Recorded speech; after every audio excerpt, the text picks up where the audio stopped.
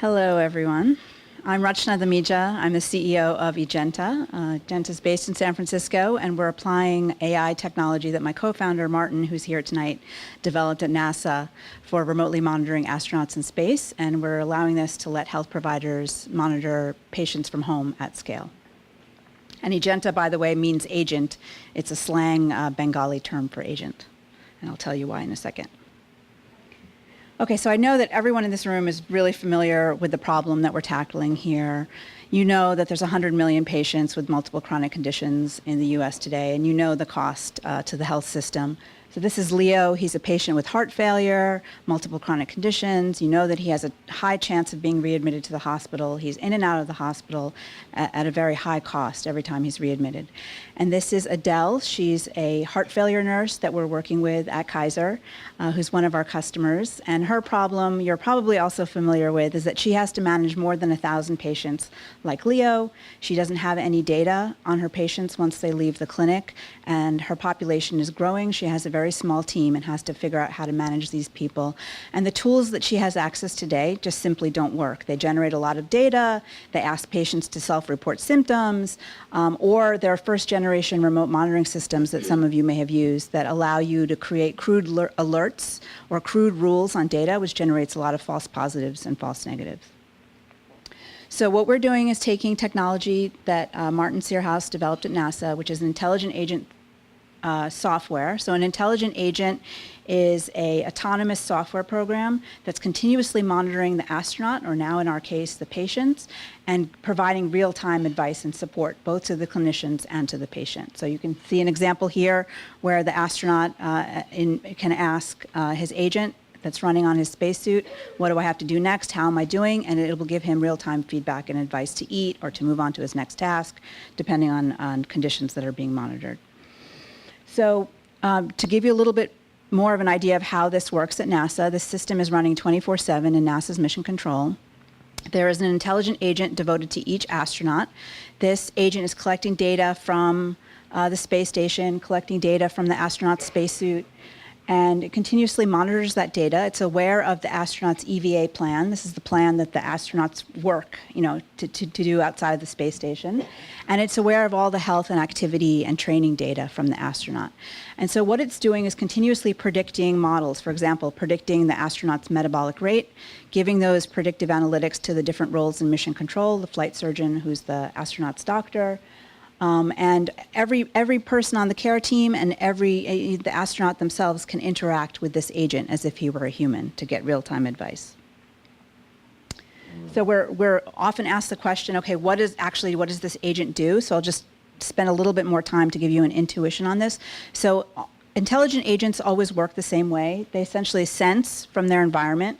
So in this case, sensing the sensor data, they're able to reason. So for example, what is reasoning about what's the astronaut's metabolic rate, or how is his thermal management doing, or how far away is he from the space station? So it's continuously reasoning and learning, making predictions, and then it can take autonomous action, goal-driven action, such as communicating with the astronaut, communicating with the flight surgeons or the flight controllers, maybe communicating with other agents that are responsible for doing other things. You can ask the agent questions, and it'll give real-time advice, and it can also generate alerts when it senses that things are going badly or there's a condition that somebody needs to be notified about. So today we're doing the same thing. We have moved this system to the cloud, and we can't ask our patients to wear spacesuits. If we could, it would be a lot easier. But what we do is we provide our patients with a kit of off-the-shelf wearable and wireless devices that continually report data to us from their homes. We combine this with EMR data, so we're collecting structured and unstructured data from the EMR, your notes that you leave on your patients from your encounter notes, labs, discharges, what have you. We gather that information. And so now the agent is making a continual prediction, and these predictions are, is the patient following their care plan? Do we sense that the patient is deteriorating, either in short term or long term? Do we predict that an upcoming critical event is going to happen, such as a hospitalization? And we learn from the actual outcomes data in the EMR, and our system improves over time. So the predictions get better and better, and we develop essentially an individual machine learning model for each patient.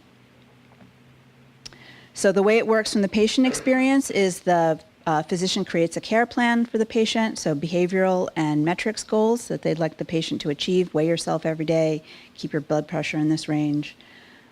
We integrate with a variety of off-the-shelf devices that you're all familiar with.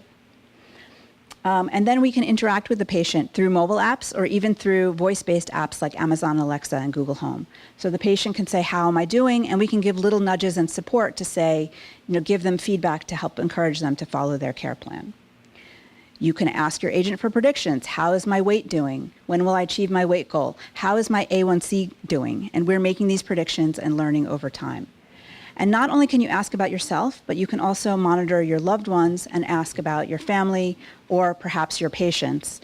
And I'm using this system with my mother today, so I know where she is, how she's doing, and she can monitor me in the same way for whatever I choose to share with her.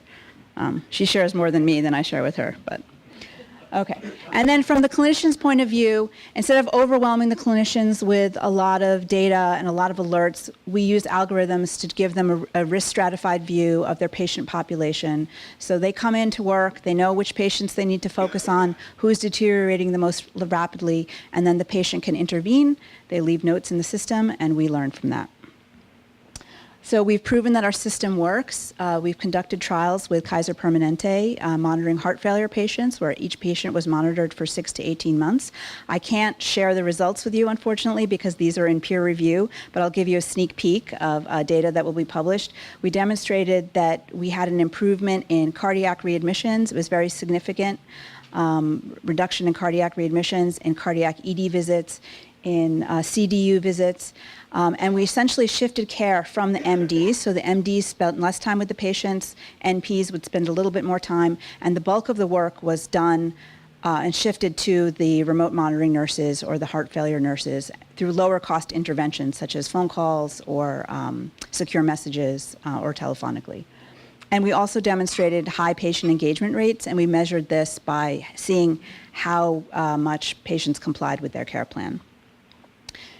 We also completed a second study here in Northern California where we monitored women with high-risk pregnancies, high BMI women, monitored them in the same way using the same devices, and we demonstrated, again, a significant reduction in adverse perinatal outcomes. So women on our platform, compared to the control group, had less gestational diabetes, less preterm births, and less C-sections. And this trial will be expanding to be 1,000 patients starting in a couple of months. And again, very high patient engagement, where women were motivated to follow their care plan. So the timing couldn't be better because, as you probably know, Medicare just announced that they will be reimbursing health providers for remote monitoring. So this allows the health provider to pay us and then to also earn new top-line revenue that wasn't available before. So this is just going to drive a lot of innovation, a lot of data being generated for AI applications such as ours. So it's a really exciting time to be in this space. And with that, I will say thank you. And we're always looking for partners, investors, people who can join us on our mission to make healthcare more personalized and data-driven. Thank you.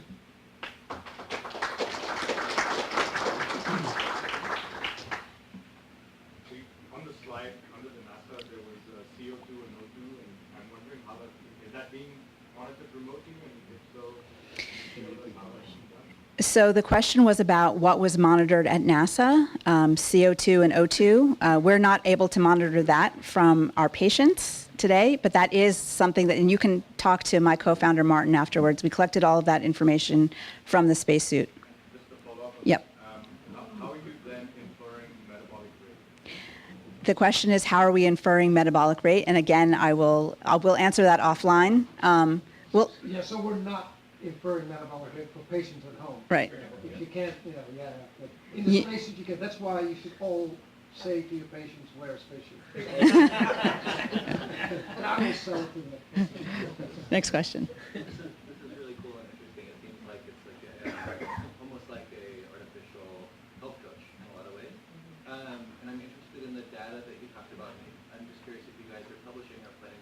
Yes, it's been submitted for publication, and it's being reviewed both internally and peer reviewed. And I'm happy to get permission to share more data with you.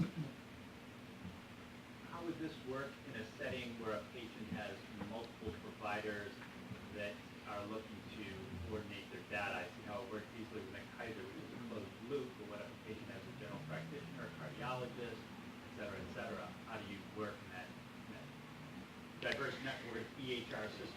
Yeah, the question is, how do we work in diverse networks with multiple providers and different types of EHR systems? And you're correct. The reason we, Kaiser is a great testing ground for this is because everything is well coordinated. We are starting to work in other health systems today where we're finding that this type of a system can be the point of coordination, for example, between a hospital and multiple providers. But we're early in our journey, and this is, there's a lot of room to help coordinate. It is a big problem. I'm curious what disease spaces you anticipate going in. There's some, depending on the cost and the invasiveness of the monitoring restricts patients, you got to have some expected return on investment for the monitoring effort and some anticipation of improving outcomes. Right. So what diseases? The question is what diseases are we focusing on and why, and what are our future plans? The reason we started with high-risk pregnancies and with heart failure was because our customer Kaiser and many other customers, face high costs with these populations, and we are driven by that and where there is reimbursement available. So you'll see that this is why people are choosing to focus on these populations. So where there is reimbursement today are patients who have multiple chronic conditions, and then it differs in capitated and ACO networks, what the populations may be. But we are being approached for diabetes, a whole host of chronic conditions where, especially where behavioral change is an important component, they're all good candidates for remote monitoring. I'd love to hear any more ideas you have after this. Sorry, you said that the software has its roots at NASA. Who owns the IP? The question is, who owns the IP? So Ejenta, our company, owns a patent, which we're licensing to NASA, and in exchange, NASA is licensing us the copyright for the software. We've also filed additional patents. So, single astronaut is being looked at by 100 people in NASA. Here, ratio reverse. Right. So if you get an adverse physiologic signal, now you're generating so much data, whose liability then it becomes to act on that adverse signal? So the question is liability. It's a good question. It's a legal question. It's something that we address. So we do not make, and it's also a regulatory question with the FDA, for example. We don't make any diagnosis. We are not instructing the physician. The way you can think about us is more of a clinical decision support tool where we're providing data to the, data that's not available today to the clinician, and they are the ones who are making the intervention, and they're the ones that take the action. Thank you. Would you like to say why you named it Ejenta? So Ejenta means agent in Bengali. a slang term for agent. There's one more question in the back.